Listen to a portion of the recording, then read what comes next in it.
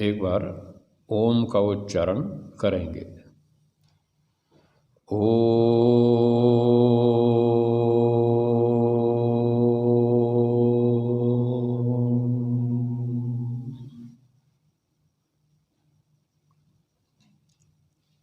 उपस्थित सज्जनों, माताओं और बहनों, हम सत्यार्थ प्रकाश के 7वें समोल्लास का अध्ययन कर रहे थे। कल हमने एक मंत्र की व्याख्या पढ़ ली थी। आज दूसरा मंत्र आरंभ करेंगे। दूसरा मंत्र है ओम ईशावास्यमिदं सर्वं यत्किंच जगत्यां जगत् तेन त्यक्तेन भुञ्जीथा मा गृधः कस्य स्विद्धनम्। इसका हिंदी अर्थ है, हे मनुष्य, जो कुछ इस संसार में जगत है उस सब में व्याप्त होकर जो नियंता है वह ईश्वर कहलाता है। उससे डरकर तू अन्याय से किसी के धन की आकांक्षा मत कर। उस अन्याय के त्याग और न्याय आचरण रूप धर्म से अपने आत्मा से आनंद को भोग।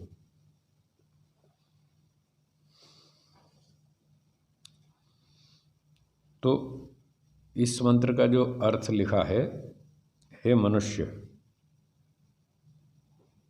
यह संदेश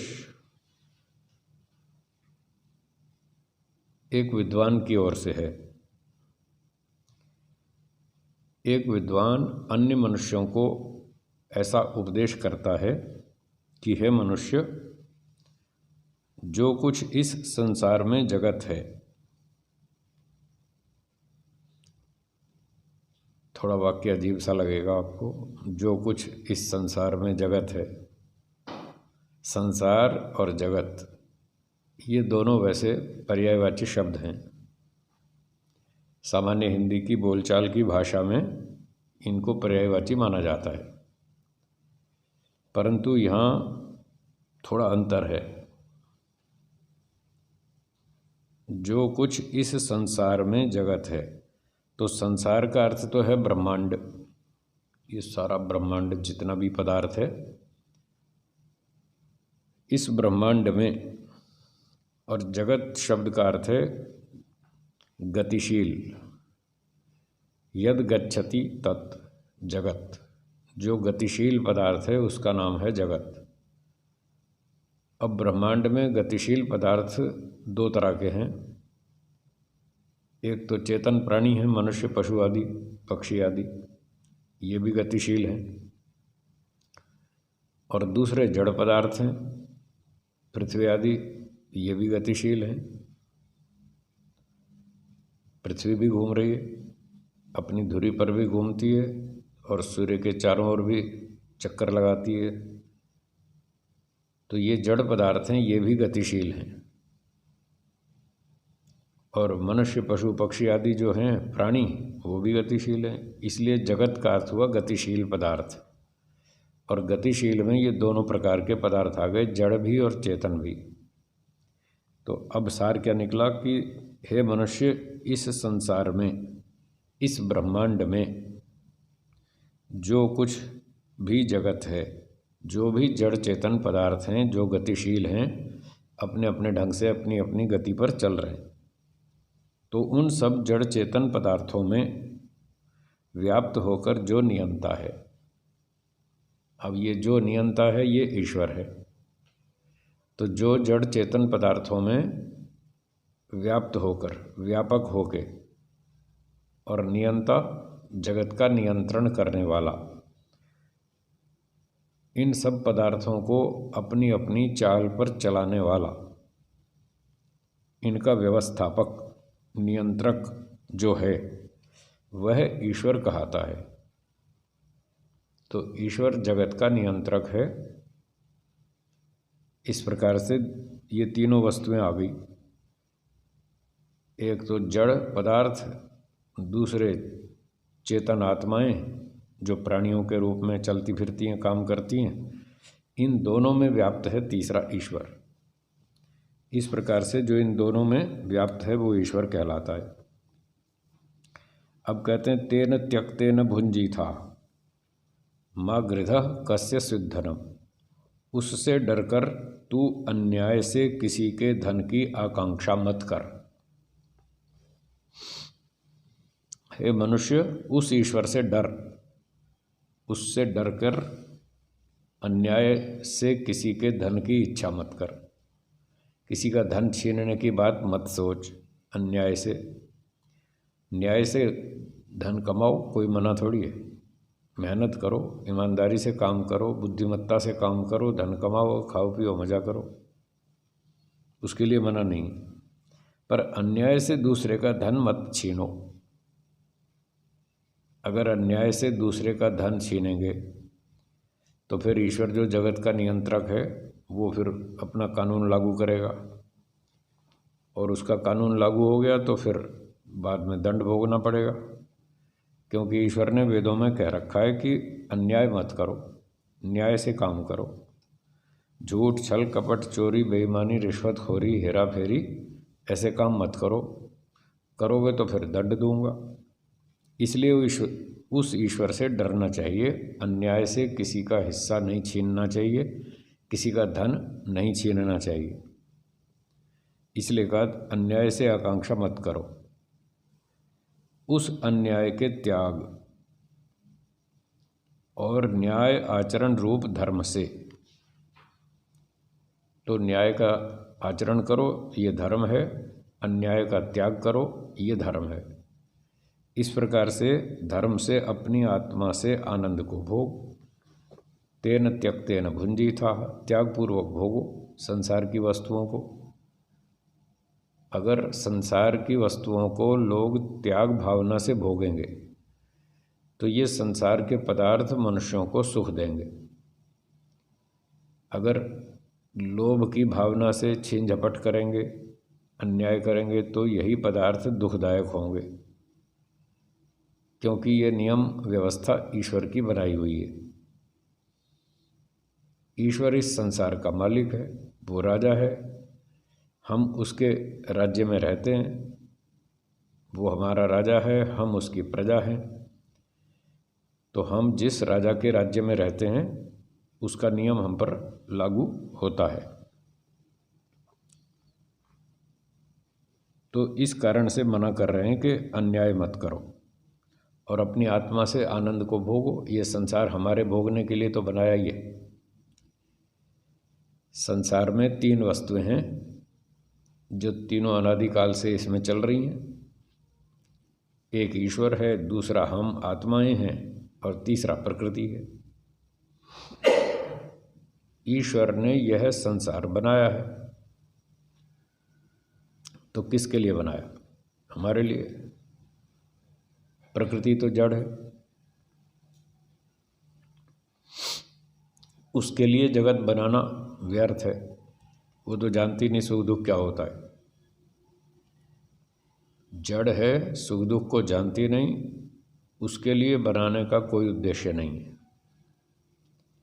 दूसरी बात, ईश्वर चेतन है, सर्वज्ञ है, सर्वशक्तिमान है, आनंद स्वरूप है, सर्वगुण संपन्न है, उसको भी नहीं चाहिए जगत, उसको क्या लेना है। तो न ईश्वर ने जगत अपने लिए बनाया, न प्रकृति के लिए बनाया। तीन में से फिर एक ही बचा, वो है जीवात्मा, आप और हम। तो हमारे लिए बनाया जगत।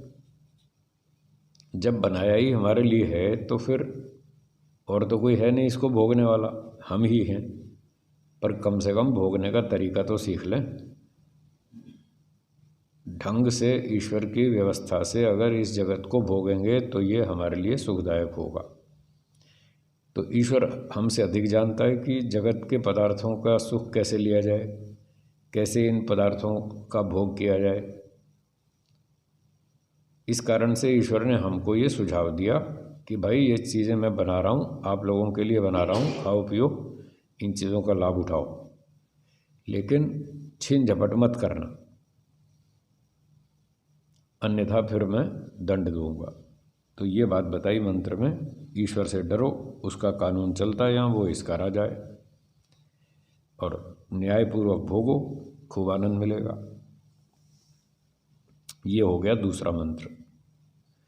अब आगे तीसरा मंत्र है, अहम भुवम वसुनः पूर्व्यस्पति अहम धनानि संजयामि शश्वतः माम हवन्ते पितरम न जंतवो अहम दाशुषे विभजामि भोजनम।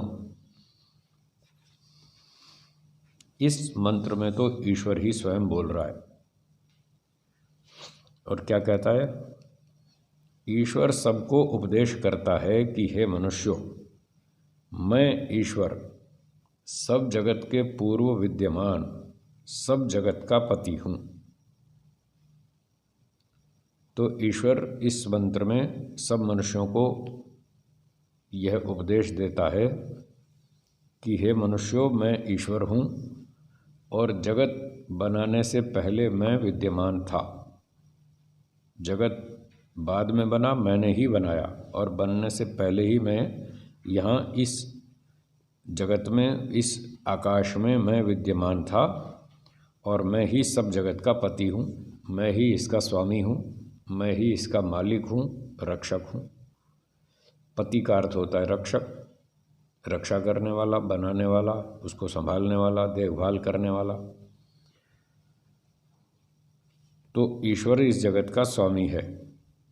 फिर कहते हैं, मैं सनातन जगत कारण और सब धनों का विजय करने वाला और दाता हूँ।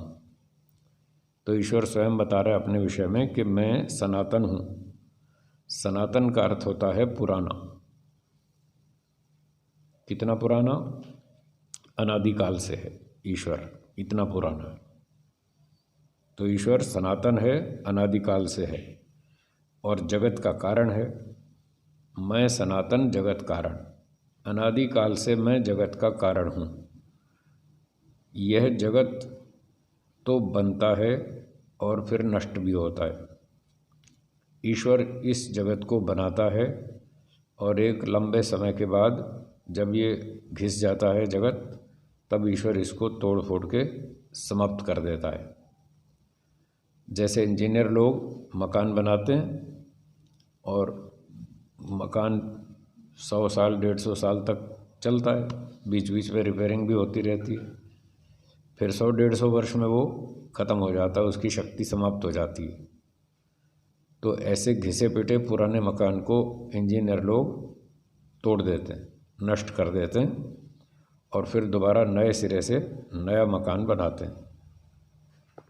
जैसे इंजीनियर लोग पुराने मकान को तोड़ देते हैं और फिर दोबारा नया बनाते हैं, ऐसे ईश्वर सबसे बड़ा इंजीनियर है। वो इस ब्रह्मांड को बनाता है, और करोड़ों वर्षों के बाद जब ये घिस जाता है, उपयोगी नहीं रहता, तब वो भी तोड़ फोड़ के ख़त्म कर देता है, और फिर कुछ समय के बाद दोबारा ईश्वर बनाता है इस जगत को। इसलिए कह रहे हैं कि मैं सनातन जगत का कारण हूँ, जगत को बनाने वाला हूँ। प्रकृति तो नित्य पदार्थ है, अनादि है, परंतु ये जगत नित्य नहीं है। ये उत्पन्न भी होता है, नष्ट भी होता है। ये प्रवाह से अनादि है। दो प्रकार के अनादि पदार्थ होते हैं। एक होते हैं स्वरूप से अनादि। कैसे होते हैं? स्वरूप से अनादि। और दूसरे होते हैं प्रवाह से अनादि। हाँ, स्वरूप से अनादि वो होते हैं जो सदा से हों और सदा रहेंगे, न कभी बनते न टूटते, अविकारी, उनमें कोई विकार परिवर्तन कुछ नहीं होता। तो वो तो हैं ईश्वर, जीव और प्रकृति। ये स्वरूप से अनादि हैं, न ये बनते हैं न टूटते हैं। अब दूसरे जो हैं प्रवाह से अनादि, वो बनते भी हैं, टूटते भी हैं। टूटने के बाद फिर बनते हैं और फिर टूटते हैं, फिर बनते हैं, फिर टूटते हैं। वो बनते रहते हैं, टूटते रहते हैं। तो बनना और टूटना, फिर बनना, फिर टूटना, इसको कहते हैं प्रवाह।